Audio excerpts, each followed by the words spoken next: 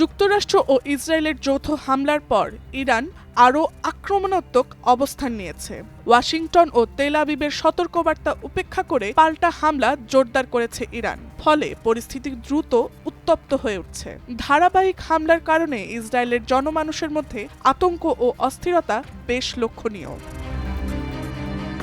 তেল আবিবের অভিযোগ, মঙ্গলবার রাতে ইসরায়েলের একাধিক স্থানে ক্ষেপণাস্ত্র হামলা চালিয়েছে ইরান। দেশটির দাবি, ওই হামলায় ক্লাস্টার বোমা বা গুচ্ছ বোমার সাবমিউশন ব্যবহার করা হয়েছে। ইসরায়েল প্রতিরক্ষা বাহিনী IDF জানায়, দেশটির মধ্যাঞ্চলের একটি এলাকায় এই ধরনের অস্ত্র ব্যবহারের আলামত পাওয়া গেছে এবং এতে বহু মানুষ আহত হয়েছেন। তবে নিহতের সংখ্যা সম্পর্কে তাৎক্ষণিকভাবে নির্ভরযোগ্য তথ্য জানানো হয়নি।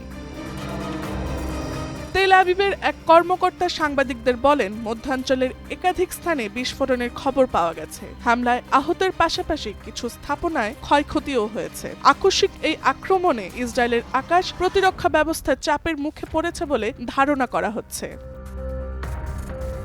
IDF আরও দাবি করছে, আগেও অনুরূপ সংঘাতে ইরান একই ধরনের অস্ত্র ব্যবহার করেছে। তাদের ভাষ্য অনুযায়ী ক্লাস্টার বোমাবাহী ক্ষেপণাস্ত্র নির্দিষ্ট উচ্চতায় পৌঁছে বিস্ফোরিত হয়ে বিস্তীর্ণ এলাকায় ছোট ছোট বিস্ফোরকে ছড়িয়ে দেয়, যার ফলে বড় পরিসরে ক্ষতির আশঙ্কা তৈরি হয়।